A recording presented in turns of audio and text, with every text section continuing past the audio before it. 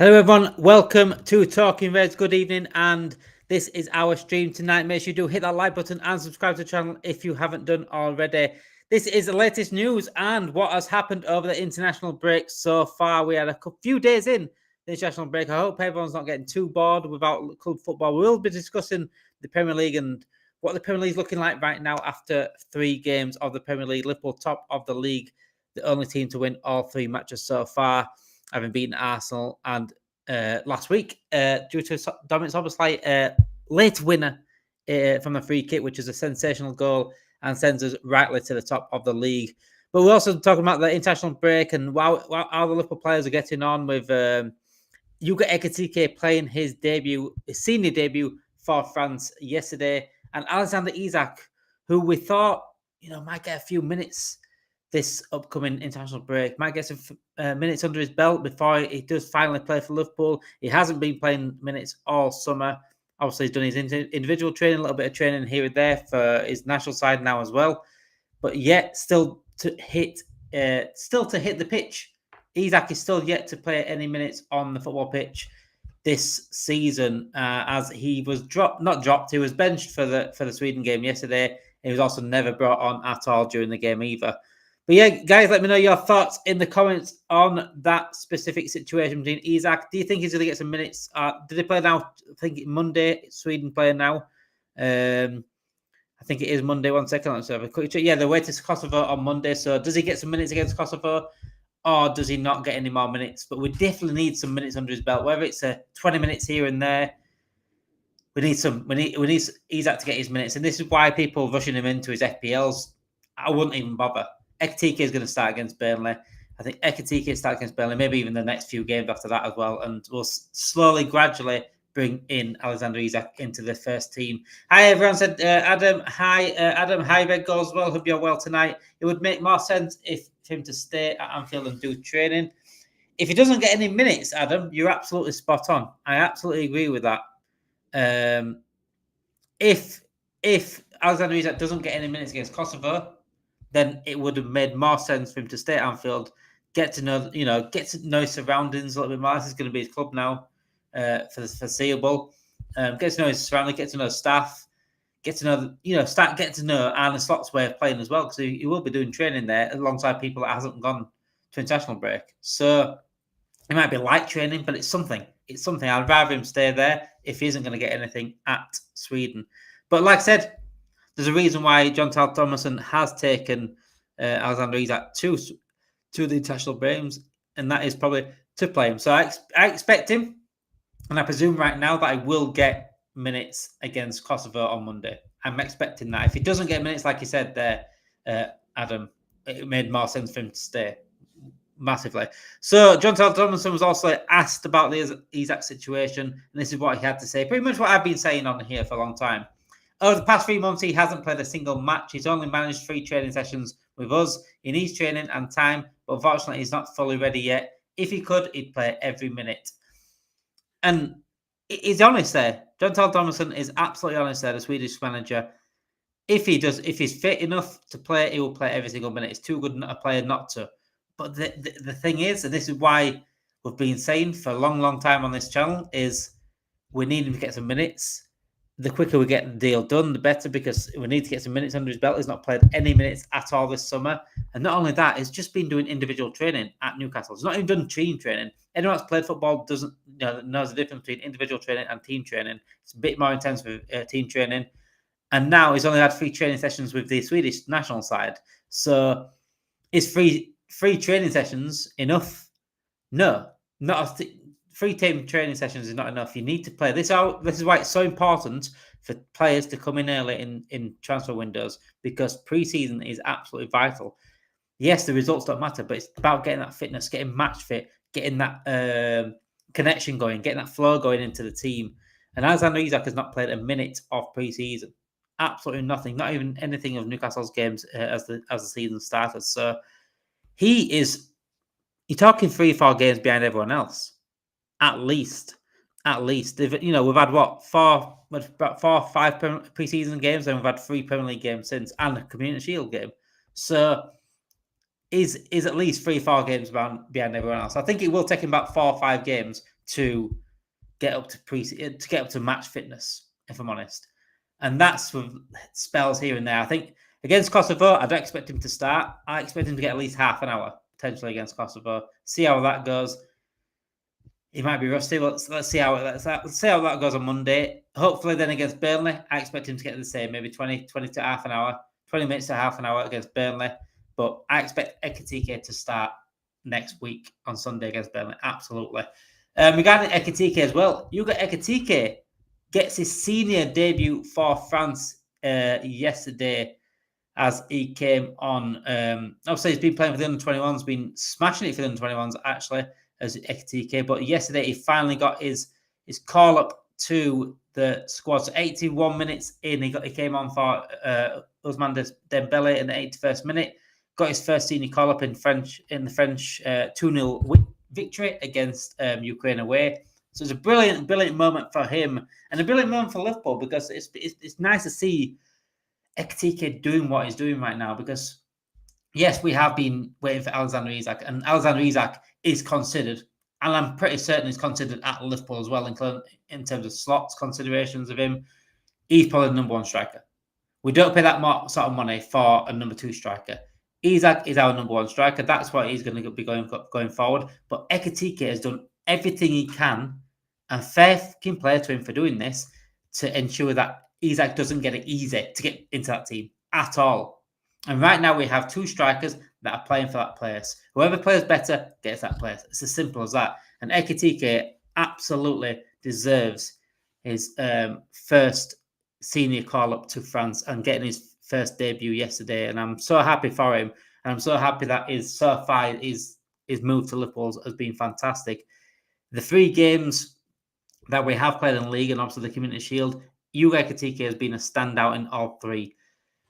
And I said it yesterday. Look, I'd say about 4 players right now I can say that have been playing well this season: Szoboszlai, Gravenberch, Ekitike, and Alisson and Van Dijk. I'd say Alisson Becker's played all right as well, but Van Dijk, I'd say they're the 4 standouts this season so far. And Ekitike was the one that came in with sort of the hope on him, not as much hope as others, if that makes sense. You know, Florian Wirtz is the one that, Florian Wirtz is coming through the door. Same with Isak. Oh, yes, we've got Isak. We know what to expect from Isak. No one really knew what to expect from Ekitike, because he hasn't played at that top level yet. You know, he's just made his senior debut for France, so he's not even played at an international top level yet. And he has taken it like a duck to water. He's been absolutely sensational this season, Ekitike. His link-up play, his ability to make the move that he has done, and his composure as well has been sensational. We all knew how good he was on the ball. He's always been well renowned for his dribbling on the ball, his technique on the ball. Normally his finishing does let him down from time to time, but he's only a young lad. He's only 23 years old. He's still got plenty of time to learn. And this season so far, he's done nothing but sensational things in a red shirt. And I'm so happy for Ekitike to get his international debut, senior debut, and he absolutely deserves the praise and the flowers that he's getting right now as well. I think his first game will be will be against Chelsea. How many games is that in, Adam? How many games do we play Chelsea in? Let me get it up, actually. Let's have a look. So you're saying against Chelsea he plays his first game. So our next few games, obviously, we've got Burnley away next Sunday. Then we've got Athletic Madrid in our first Champions League game midweek. And then we've got the EFL Cup game against Southampton, Crystal Palace away, Galatasaray away in there. So Chelsea would be October. So Adam thinks that Isak's full game for us will be away to Chelsea on the 4th of October. I think the Man United game is a... I think that's at the latest. I think Isak will get a full game. Man United at home on the 19th of October. What a better game for him to play, if I'm honest. Smashing Man United all over the park. Hi, Prakash. Hope you're doing well this evening, Prakash. Hope you're well, my friend. Hope you're well, Adam, and Red Goals. Make sure you do hit that like button if you're joining us, and also subscribe to the channel if you haven't done already. For all your Liverpool content, because we've got much more than just news on here. We've got watch-alongs, previews, match reactions. We've got a preview coming up this Thursday with a Burnley fan as well for the upcoming game of the weekend. Let's briefly talk about the international breaks. I don't want to bore you too much on the international breaks. It bores me. It bores everyone pretty much. I don't mind, your World Cups and your Euros when it comes down to the actual tournaments itself, but the qualifiers and Nations League and friendlies. Bother counting me if I'm honest. England have just won 2-0 in their game against Andorra. Is that a sackable offence, only winning 2-0 against Andorra? Answer on the postcard, please, because they should be beating Andorra more than 2-0, if I'm honest. Portugal won 5-0, I think, away to Armenia. Serbia beat Latvia away 1-0. And Nigeria just got a good win against Rwanda as well. I think Nigeria are on the course to trying to take over Benin at the top of that group. But yesterday, obviously, we saw our players yesterday. Our players played yesterday. So Konate got a clean sheet. Played for France yesterday, did Konate. I'm trying to think who else played yesterday. Obviously, Tsimikas is technically our player. Now he's on loan, but he got a 5-1 win at home to Belarus. Isak, like I said, Isak didn't get any games at all, any minutes at all for Sweden's draw away to Slovenia. Other than that, we didn't really have many players playing, apart from maybe Salah. Salah did actually score a penalty yesterday in Egypt, 2-0 win against Ethiopia. Pretty much now, Egypt are pretty much through now into the World Cup. They have 5 points clear now, Egypt, from Burkina Faso, with, I think, I want to say 3 games left in the African World Cup qualifiers. So I think pretty much Egypt are through, and Mohamed Salah will finally get to play in the World Cup, which is fantastic news, and he absolutely deserves it. Salah scored a penalty, and then Mamouche scored a penalty later on for Egypt's 2-0 win. Other than that, I can't really see any other players that played yesterday in terms of Liverpool anyway. So that's pretty much what's happened. It may be a blessing in disguise, Ekitike, having the game time that he has, because he'll be ready. If not, he's not playing when Isak is. If he's not playing, he can come on for Isak when he's tired and seriously impacting the game. Absolutely. I mean, like I said, now we're to the point now, Red Goals, that we're not worried about with the wait for Isak's been worth it. Like if Ekitike didn't hit the ground running, which he has, then we're sort of waiting for Isak, and we're like, oh, we would have struggled in these 3 games without Isak. But because Ekitike has hit the ground running, he has played fantastically, we've not really missed Isak, and it has been a sort of a blessing in disguise that Isak did take a while to allow Ekitike to grow into the Premier League, and he's played 3 hard games so far. Ekitike, like I said, has been a standout for Liverpool, and he's played difficult games in those games. 1 second, I'm just going to put light on. It's quite a bit dark. Now, it is now September, and as you can see, in September, it gets dark a lot earlier, so it will be a lot darker on here, and we'll be getting the lights back on very, very soon onto these streams. First of all, Premier League game, think you will get me here and there, said Adam. Yeah, absolutely, mate. Absolutely agree with that. Fiber said, good evening. Fiber, and good evening, Red Goals. Hope you're well, guys. Make sure you do hit that like button and subscribe to the channel if you haven't done already. But yeah, let's talk Premier League. And in fact, we'll quickly go over tonight's games. Have we got anyone playing tonight for Liverpool? I don't think we have. Oh, we've got Hungary tonight. Hungary away to Ireland. So we've got Kirkes and Soboslai playing away to Ireland tonight. That's a very good game, by the way. I couldn't even tell you which one's going to win. I think both teams will certainly give it a good go tonight. Ireland, Hungary. We've not got anyone else playing, I don't think, tonight, from what I can see. But yeah, let's talk Premier League then, guys. Let's talk Premier League. Obviously, 3 games into the Premier League, and Liverpool sit on 9 points clear, 2 points clear of everyone else, or 2 points clear of Chelsea in second. Arsenal, Tottenham, and Everton, alongside Sunderland and Bournemouth on 6 points. What a start for Liverpool. 3 tough games out of the way. Arsenal at home, Bournemouth at home, and Newcastle away. 3 tough games. Bournemouth obviously sitting 7th, joint 3rd with Arsenal. So two of the top 7 we've played already, and we've got 9 points, which is fantastic. And before I do actually go that, Red Goals, happy 80th birthday for your mum today, my friend. I hope she's had a fantastic day. I'm sure you made a brilliant day for her today. So happy 80th birthday for that. Very, very good day for her for that. 1 second, just going to get this up. Right, there we go. So right now, Liverpool are sitting on 9 points. Obviously, four goals in the goal difference, because we have been conceding.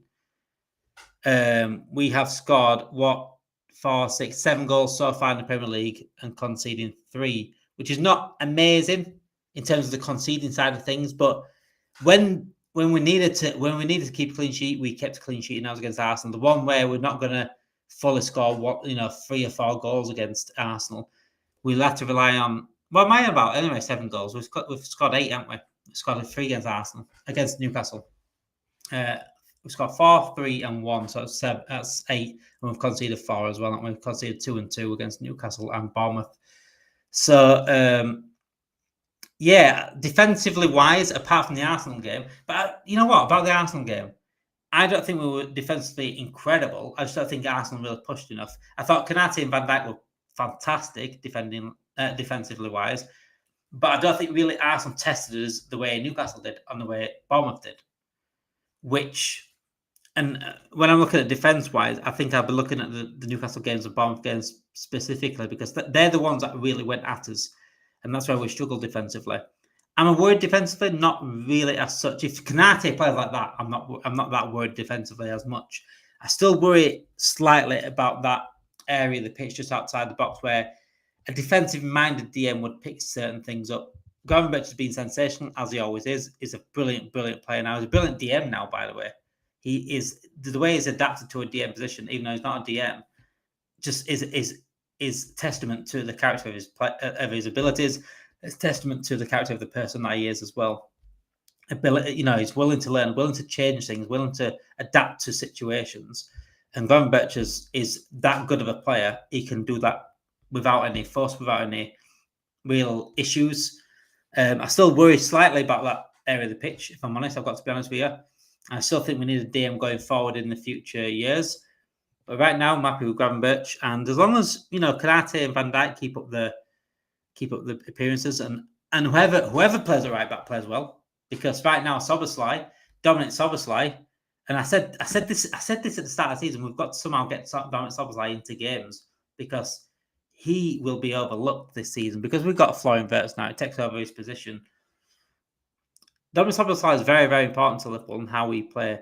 If we don't have a runner like that, if we don't have someone that can work their ass off like that and has the energy, and not only that, his ability on the ball as well, it brings a lot to the game. He's going to be overlooked because he's not as fancy as Florian Wirtz. He's not as fancy as Gravenberch on the ball. He's not as intricate as a McAllister on the ball. But what Dominic Szoboszlai does is very, very important to any football team in world football. Very important. We need players that can do dirty work. We need players that can adapt to different roles. And I said it before the Newcastle game. I did the preview for the Newcastle game. I said, look, if anyone else wants to play that right back position, out of position, I'd rather it be Dominic Szoboszlai, because he's got the ability to do it. He's got the attributes to do it. It's not his position, clearly not. And I've been seeing on Twitter, actually, people saying, oh, well, I want him to bring Bradley back or bring Frimpong back now. Dominic Szoboszlai's playing that well at right back. It's still not a right back, guys. We've still got to play right back at right back. But if we could somehow fit Dominic Szoboszlai elsewhere into the team, whether it's dropping, whoever plays poor, whoever plays poor between Gravenberch, McAllister and Wirtz gets dropped, and Dominic Szoboszlai plays. I play the one that's been playing the best. And this is what football should be about. It's what the elite level should be doing. You've got an abundance of choices to play, and you play whoever's playing the best. That's what it is. If you want to get into the team, you've got to play better. It's as simple as that. And this is why I was talking about against Newcastle to maybe potentially drop Florian Wirtz. And I don't want to drop Florian Wirtz, because Florian Wirtz is an unbelievable signing, and at some point it will click. And when it does click, is different level, different gravy. He's like Ballon d'Or worthy level. But right now, I'd play whoever's playing well. And Dominic Szoboszlai is that player.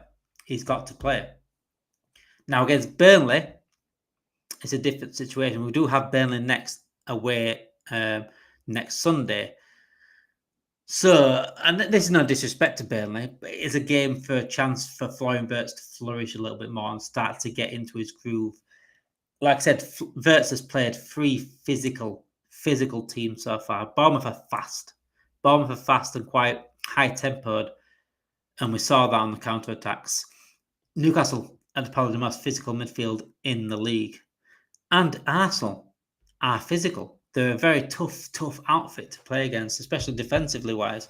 They've got a strong defence, and they've got 2 very, very good DMs in that position, or 2 good midfielders in that position. So he hasn't played the weakest of teams, and that's again no offense to Burnley, but got to be honest here, they are much weaker than the opposition we've played so far. I think Florian Wirtz now has the perfect game to say, right, I'm here. And people are going to say, if he does play well next season, next season, if he does play well next week, we'll say, oh, it's on the Burnley. But you've got to remember, he's got to play good at some point. And if it's against Burnley, and I don't care when it comes, when he starts playing well, you guys are in trouble. We are now 9 points out of 9, and Florian Wirtz hasn't even hit his groove yet.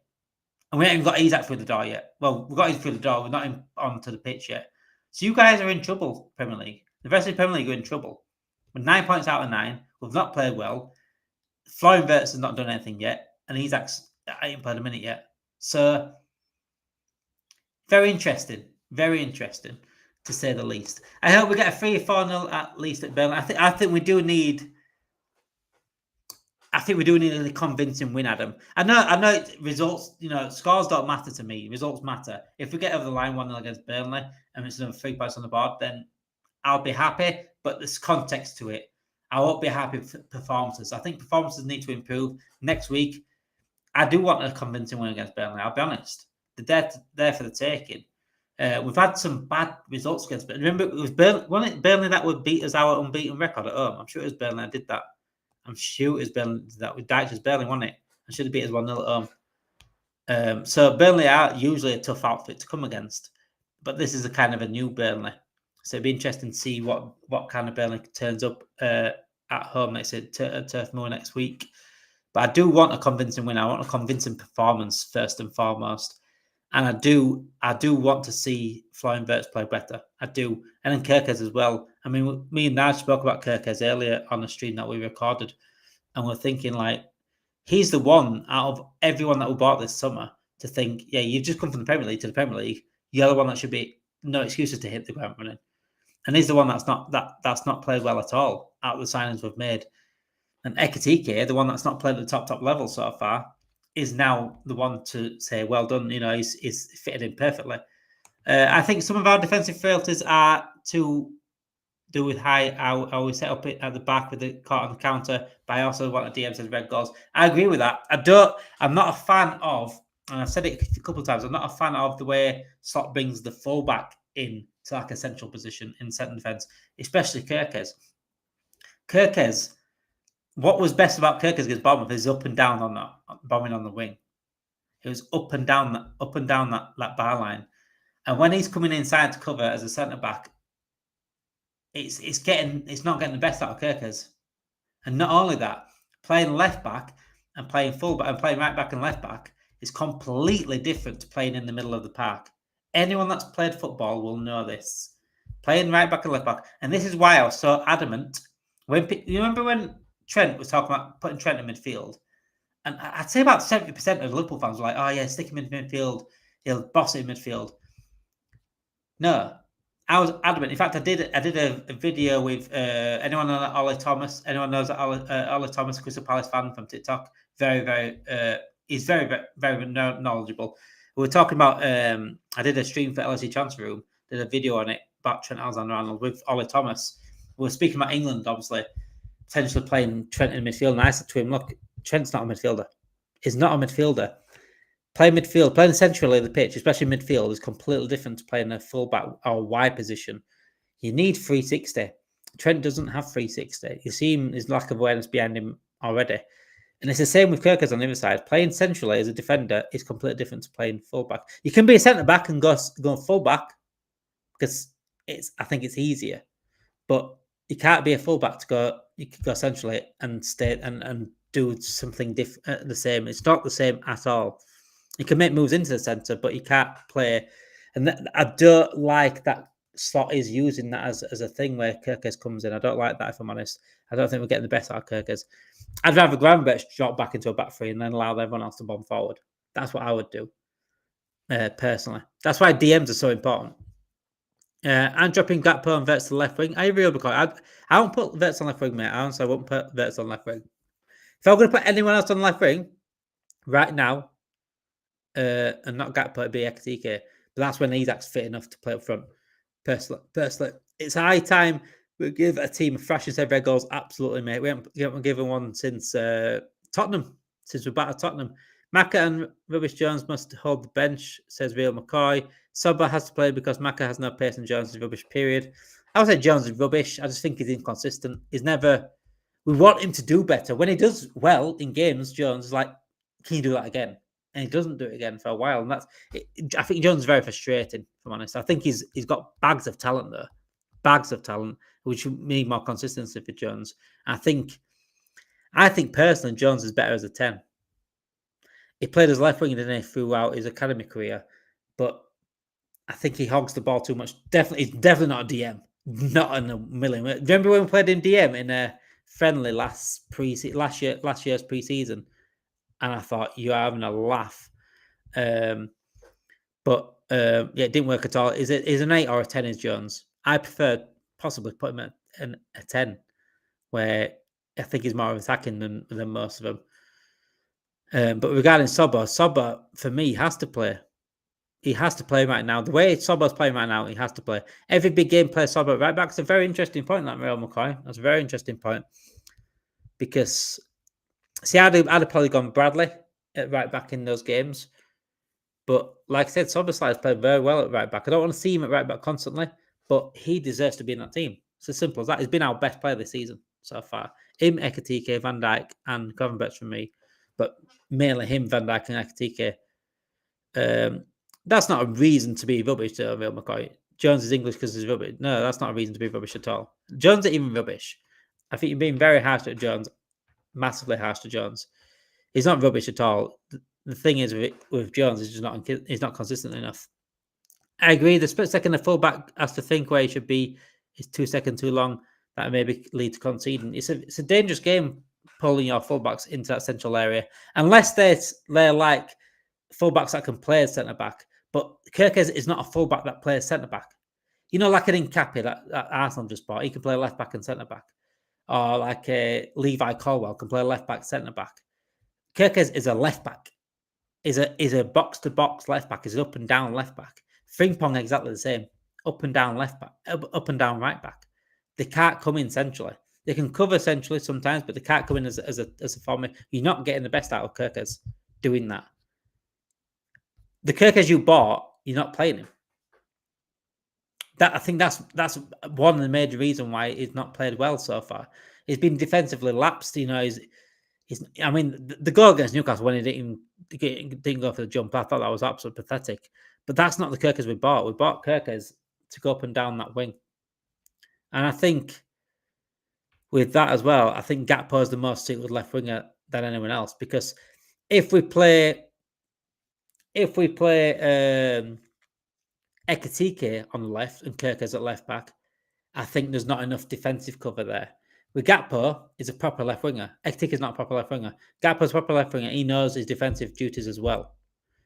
So I think if we play Kirkes and have him going up and down the pitch, Gakpo is the most important one there on the left. And again, the only way I see Ekitike and Florian Wirtz playing out wide is in games we can have that, and that's not the big games. The Champions League games, I think we see Gakpo. I think in the big games, I think we see Gakpo just because of the defensive duties that they're required on that left wing. Wirtz wants to come more inside. Ekitike wants to come in more inside as a striker. So I think it'll leave Kirkes massively on his own, basically. Slot needs to rethink how he employs fullbacks in general. I think that's one of the main issues I have with Slot right now is the fullback situation. But I trust him massively. Absolutely trust Alan Slot massively. Be careful of what words you're using in the comments as well, because I won't describe any player as that Real McCoy at all. I won't be using the words like that. So please be careful of what you are using. You can say someone's rubbish. You can say someone's bad, but don't step over marks of Real McCoy, okay? Is that all right? But yeah, you can still have your opinion massively. If you think someone's rubbish or something like that, we'll have a debate about it. But yeah, is what it is. Slot needs to think, yeah, absolutely red goals. I do think he needs to rethink about is that. I think he needs to start using Gravenberch more as the one that drops back. But again, like I said many, many times, I don't think Gravenberch is a proper defensive-minded midfielder. So his initial thinking is going forward. So for him to drop back into a centre back position, that's not his role, but he's very, very good at it now. And he has adapted very, very well to doing it. So I think right now I'd rather Gravenberch drop back into a back three in moments of attack than Kirke's coming inside or Frimpong coming inside. I'd much rather that. Unless it's Soboslai at right back, that's a bit different. Soboslai is a midfielder, so he knows how to play centrally. That sort of works. But again, I don't want to keep playing Soboslai at right back because he's not a right back. Gakpo's a starting backup left wing and not a starting left wing, says Bill McCoy. I don't know what's true about that, mate. I think Gakpo gets very disrespected. It's the only natural left winger, apart from Rio and Gamoa, is the only natural left winger we have. Because Luis Diaz is out the door now. And I'd be happy playing Rio and Gamoa in some games. I would. It's good enough. But again, we've got to be careful, because how old he is, got to be careful how we integrate him in and ensure he doesn't, overwork him at such an early stage. Because we know what happens to players that are overworked early on in their careers because they start getting injuries too early. And I'd be very, very shocked. Barcelona needs to be careful of Yamal as well, because Yamal's playing every minute for Spain and Barcelona, and it can catch up on you, unfortunately. Would you sell Macas at the end of the season for 100 million plus? No. Macca's our best midfielder. I won't sell Macca. Unless he absolutely drops off a cliff and he plays poor all season, then I won't even consider selling Macca. Won't even go in my mindset at all. Rio should start with Gakpo against Burnley. I hear that, though, McCoy. I do hear that. And I do like Gakpo. I do like Gakpo a lot. I think he offers much more going in terms of an output way, in terms of like Luis Diaz. But I won't mind seeing Rio start against Burnley. I think it's a game to potentially see how he goes at starting the game. But I think he should get some minutes against Burnley at least some minutes. But I do expect Gakpo to start. I also got Zubimendi. Who would you want as Liverpool DM in the current market? Good question, Red Goals. I like questions like this. This is the kind of questions I like because it gets people talking, having debates about that DMs that we could be talking about and players in and around the Premier League that we could be looking at. So Adam Wharton is one I'd be looking at. My DM this season, what I wanted that would suit slot would be Angelo Stiller from Stuttgart. He's a passer of the ball. He's a dictator. And I think he would suit Arne Slot. That's what Arne Slot wanted. He wanted a Zubimendi. He wanted a passer. He wanted a dictator. He wanted someone that can a composer. And I think Angelo Stiller provides that. But I do like Adam Wharton a lot. I also like Baleba as well for Brighton a lot. But Baleba wouldn't suit Slot, but I still like him a lot.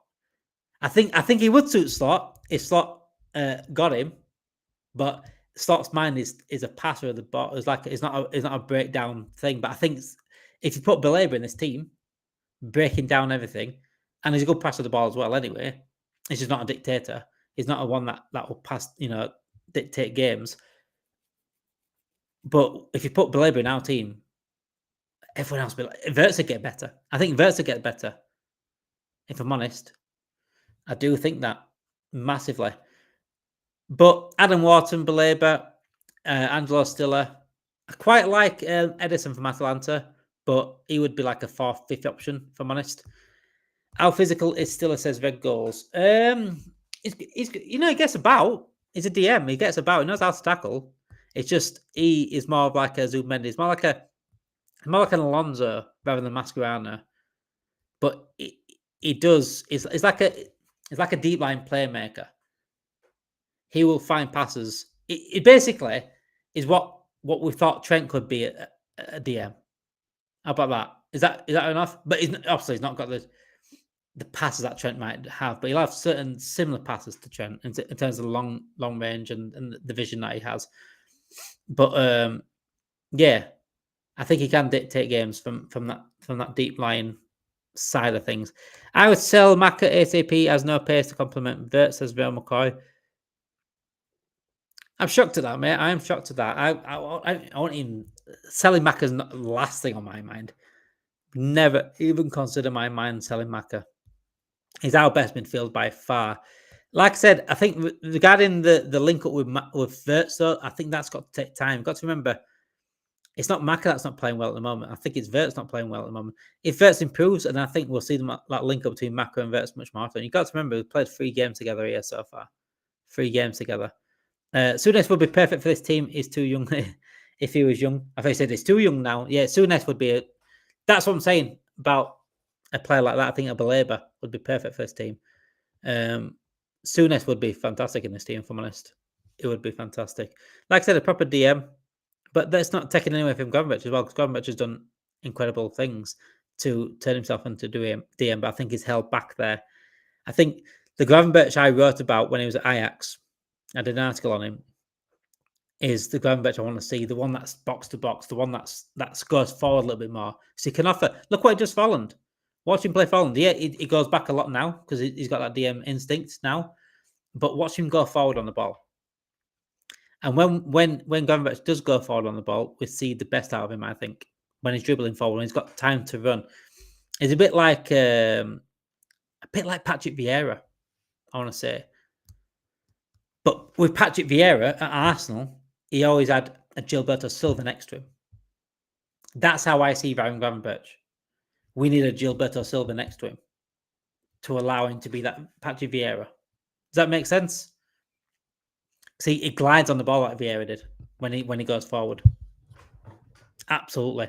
And we need that proper, a bit like, again, Yaya Toure glides on the ball, but he had Fernandinho next to him. He needs a proper defensive-minded player next to him. Gravenberch, a proper defensive-minded player next to him, will go into another level. If you haven't seen Gravenberch yet, he'll go to another level. I'm telling you now. When he starts gliding forward and he starts taking more risks going forward, knowing that he hasn't got that DM position to think about, I think we'll see Gravenberch at a different level. Even though we've already seen Gravenberch at an unbelievable level. I know it's a very sad day, Adam. It is a very sad day. Let's bring that up, actually. It's a very sad day, yeah. Anana has left Man United for Trabzonspor, which is a very sad day because I was looking forward to playing Anana.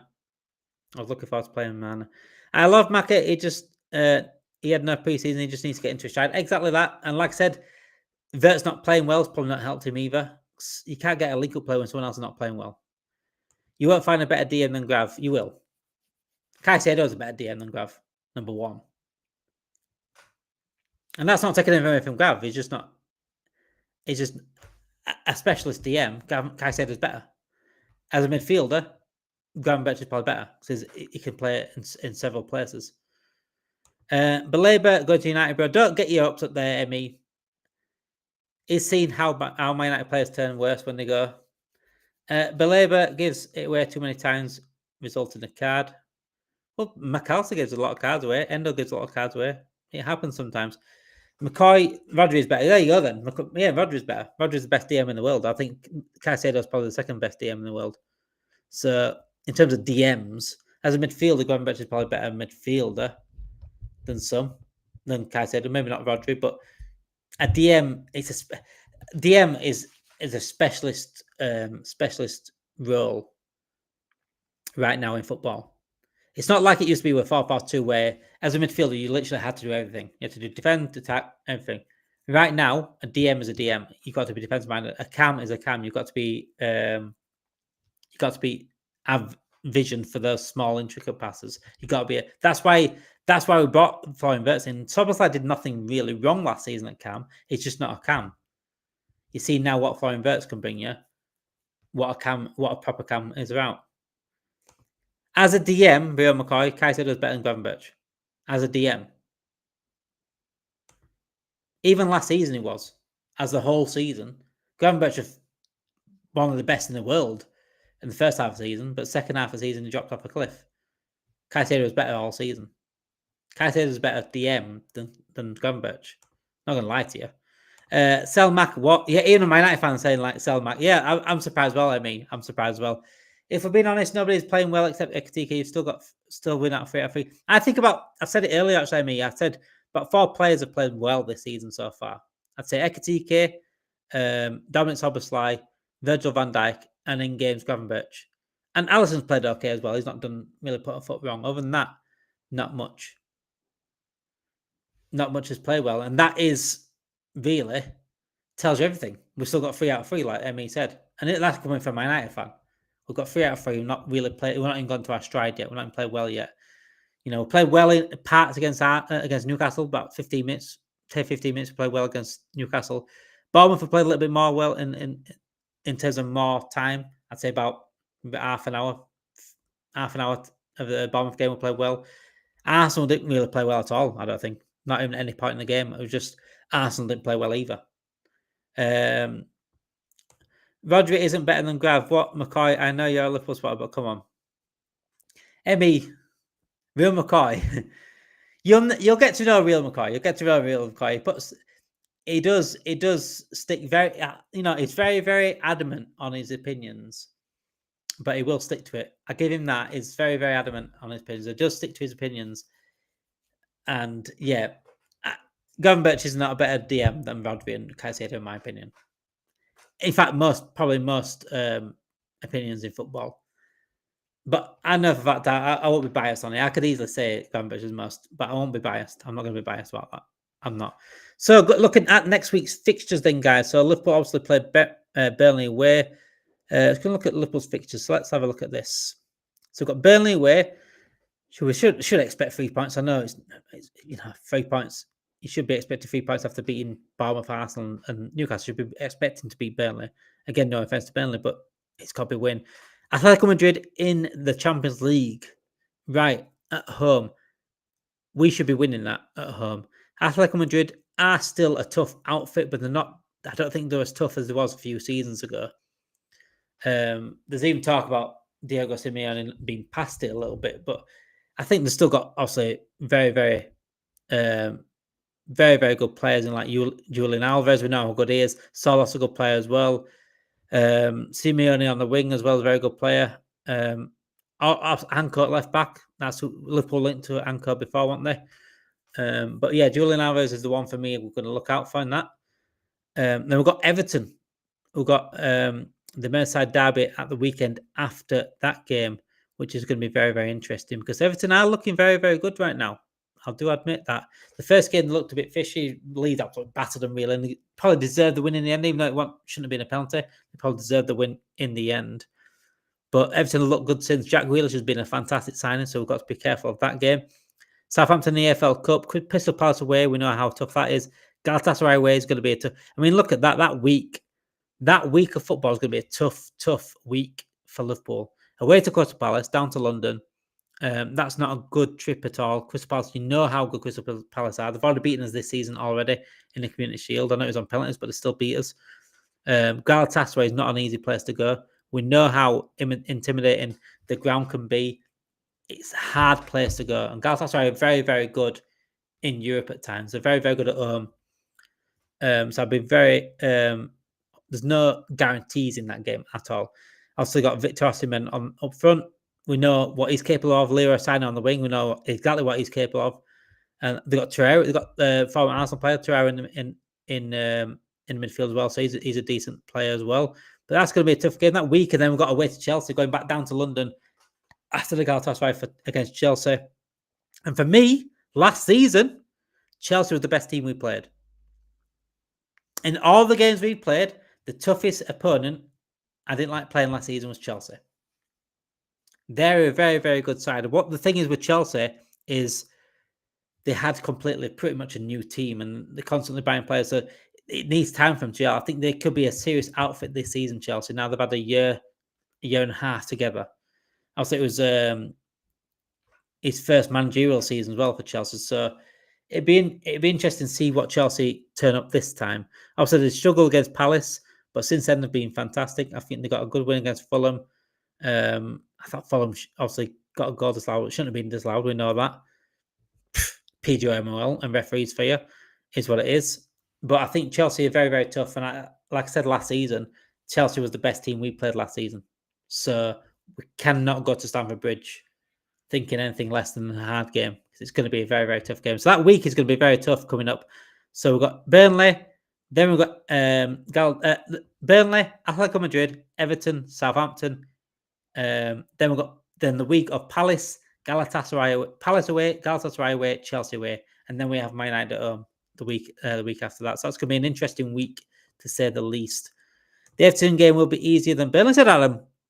Fair enough. I don't think it will, but Everton, Yeah, I think they're starting to get a bit of a stride now, Everton. Chelsea have no defence, but they've got a brilliant attack, mate. They've got a very good team. Like I said, Chelsea are the best team we played last season, and we played everyone else. The Chelsea, the one that really got to us in the game we won at 2-0 at home. They were the better team by far the better team that day. We got away with that one. They beat us away. I know we already won the league at that point, but they beat us away. They're a very good outfit at Chelsea. But it's interesting. And Champions League as well. Obviously, the Champions League starting. We start off with Atletico Madrid at home, Galatasaray away. It should be 6 points, but nothing is a should in football. Nothing is should. It's certainly in European football. Atletico Madrid, we know how tough they can be. A Simeone side that's usually defensively strong.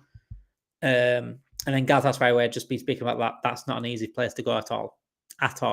They will be up for it that night, and we've got to hopefully quieten the crowd a little bit.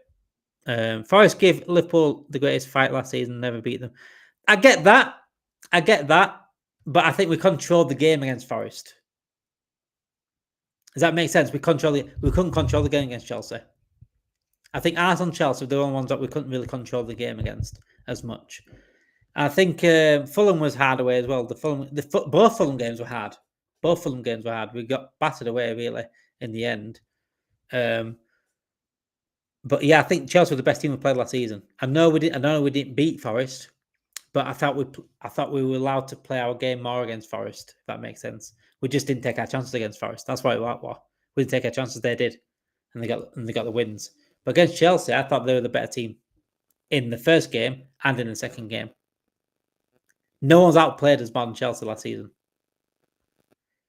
The only other team I can remember outplaying us that well was probably Newcastle in the Carabao Cup final, if I'm honest. But yeah, the Chelsea game is going to be very, very interesting to say the least. But yeah, it's interesting to see, obviously, how it all works out now in the Premier League. Like I said, Liverpool have not even hit their stride yet. We're still 9 points from 9. Florian Wirtz's still yet to get going. Isak is still yet to play any minutes this season, but it's still been a fantastic side for Liverpool. Like I said, it doesn't matter about results. It doesn't matter about performances. Results come over the line, but performances will come.